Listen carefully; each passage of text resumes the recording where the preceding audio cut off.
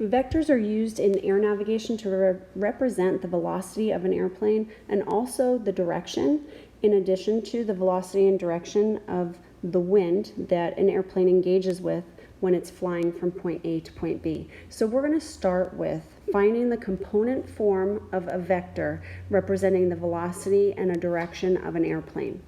So here we have an airplane. It is descending at 100 miles per hour at an angle 30 degrees below the horizontal. It's traveling in a southeasterly direction. So the first thing I'm going to try to do is maybe draw a picture to represent this. So we've got this airplane, and I'm going to put the airplane at the cross marks. So here's my airplane. It is descending at a 30-degree angle below the horizontal.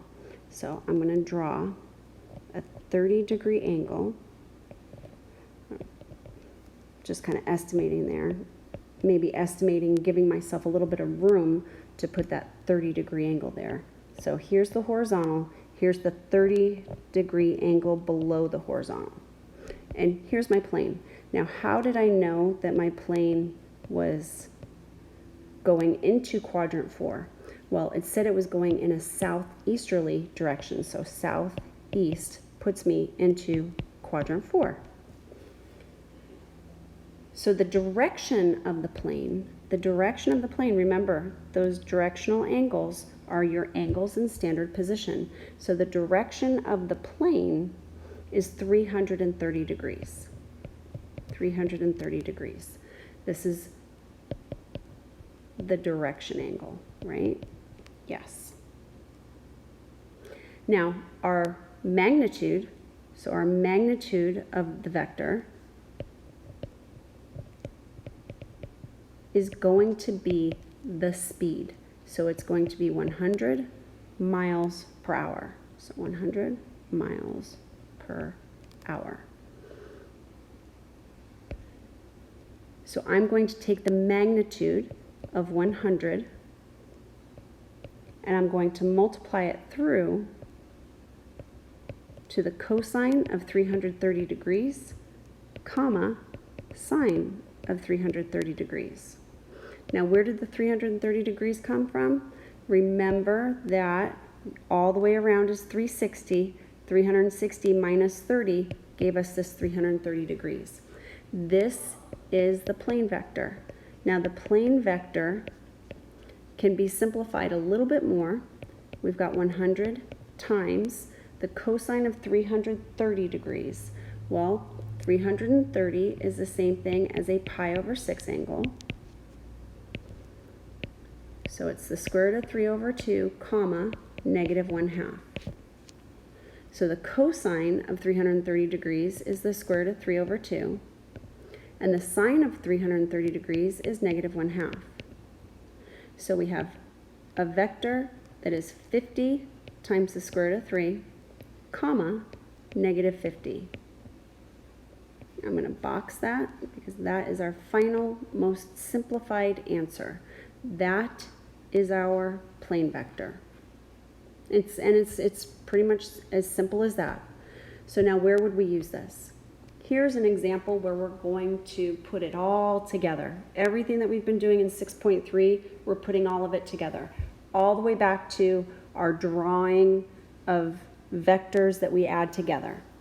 We have an airplane. That airplane is traveling at a fixed altitude with negligible wind factor. So it's headed north 30 degrees west at a speed of 500 miles per hour. So I'm going to start with that. And I'm going to underline this in red. Now, underlining it in red is important because I'm going to attempt to draw a picture, and I want to draw a picture of the vector that represents the airplane. North 30 degrees west. So here's north, here's west. North 30 degrees west is going to be something like that. Let me put my straight tool on. So it's going to be going in that direction right there, okay? There. Now, where does my vector start? Where does it end? I'm going to have it start at 0, 0. North 30 degrees west is going to have a direction angle of 120 degrees. Okay, so that's my theta direction angle for my airplane. I should probably do this in red. Let's do this in red. Okay, so there's my red. Now, where does it end? 500 miles per hour, I'm going to say 500 miles per hour is that long. Okay, that's very important. I'm going to say that it's that long, so this extended part is not necessary anymore. And I'm going to write my plane vector. So here's my plane vector. It is 500 miles per hour, that's my magnitude, times the cosine of 120 degrees, comma, sine of 120 degrees. Now as the, excuse me, as the airplane reaches a certain point, it encounters a wind with a velocity of 70 miles per hour that's going in the direction northeast. Now the wind is going in the direction of northeast. So northeast is this way. And when they say northeast, they're talking about exactly in the middle, because they didn't give us a measurement in between northeast. So that's exactly halfway north as it is halfway east. So we know that that's a 45-degree angle. Okay. And in quadrant 1, we're talking about exactly 45 degrees. Now, 70 miles per hour, I'm going to have to, I'm going to undo this vector here a little bit, because 70 miles per hour, I need to make this with respect to my 500 miles per hour. So I'm going to make this long right there. So I've got 45 degrees and 70 miles per hour. Maybe it's a little longer. I might be able to make this just a little bit longer. So here, let me just make it a little tiny bit longer. There. I don't think it's too much longer than that. There's 70 miles per hour. So I've got my two vectors. So you can see that the airplane, here's the airplane. So the airplane, doesn't matter where the airplane is, right? Here, it's still got the same direction, the same magnitude. It encounters a wind, right? So right now, my picture is set up for the parallelogram rule. However, I could also consider the two vectors together by doing beginning to end, beginning to end. Okay, I'm going to leave it right there for now, and I'm going to talk about why I'm mentioning that right here. Let's talk about the wind. So the wind is 70 miles per hour, cosine of 45 degrees, and that is because 45 degrees because we are northeast. If we were northwest, we would have 135 degrees. If we were southwest, exactly southwest, we would have 225 degrees. If we were exactly southeast, we would have 315 degrees. But we're northeast, therefore, quadrant 1, 45 degrees. Now, the plane encounters the wind, so I need to consider those two vectors together. So I'm going to add them. That is why I was talking about the way I've positioned the vectors. I've positioned them to create a parallelogram rule. So I'm just going to sketch a parallelogram and look at where my resultant vector is going to be. So when I add these two vectors together, oopsie, there we go. When I add these two vectors together, I'm going to make it just a little bit darker there.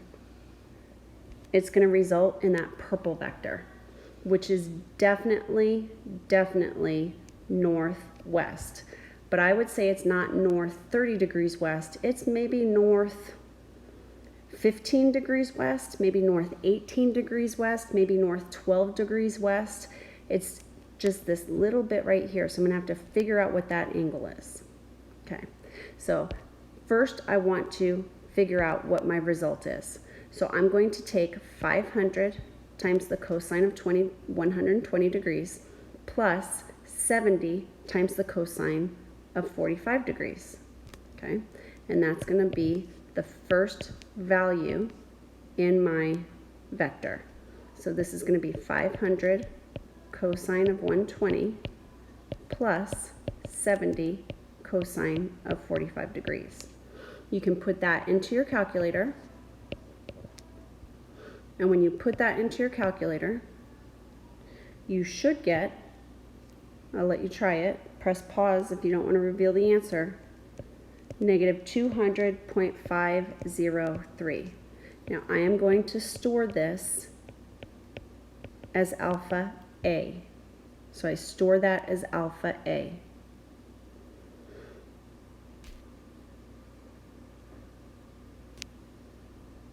That value, I just want to show you what that value is. That value is my horizontal move. It's my horizontal move of my purple vector, my purple resultant vector. So I'm just going to mark that right there. That negative 200 means from the origin, we're going left 200 because that's where I've placed my vector to begin at the origin. Okay, now we're going to come over here and we're going to find the vertical component. The vertical component is 500 times the sine of 120 plus 70 times the sine of 45 degrees. And when I put that in my calculator, please make sure you press pause unless you want to reveal the answer too soon. 482.510. I write that down, but I'm storing that as alpha B. So I'm storing that as alpha B. And then that is my vertical component. That's my vertical component.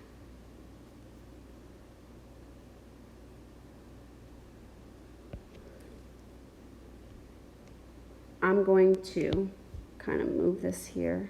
There's that, and here's this, and I'm going to make it just a little bit bigger so that you can see what I'm talking about. There we go. So I've got my right angle, right? Let's do that in gray. I've got my right angle over here. I've got my y-axis. I've got the x-axis right there. I need to know this angle right here. This angle is going to be congruent to this angle, and that's because alternate interior angles are congruent. So I'm going to have the opposite side right here. The yellow was alpha A. The green is my adjacent side. That was alpha B. So if I want to find the measure of that angle so that I can say north, the measure of the angle west, I'm going to put into my calculator inverse tangent of A over B. Okay? The inverse tangent of A over B. And when I put that into my calculator, I should get, not 52, 22.565 degrees. So we're going north 22.565 degrees west. So that's our direction after we encounter the wind. So the wind is going to push us off course a little bit. Okay, so I'm going to show you. Here I'm going to take that vector. See how the vector pushed the plane off course slightly. So it was supposed to be going 30 degrees towards the west, and now it's only going 22.565 degrees towards the west. Now what about its speed? Its speed was going 500 miles per hour. What's its speed now? Well, the speed, this is a cool part, the speed is equal to the square root of the horizontal component squared, which is A, plus the vertical component squared. So we put that into our calculator. We're going to square 200-ish. We're going to square 482-ish.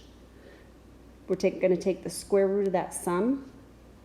I would use my A and stored value for B as well, and I get 522.511 miles per hour. So not only does the wind push it off course, but it works with the speed where it increases the speed.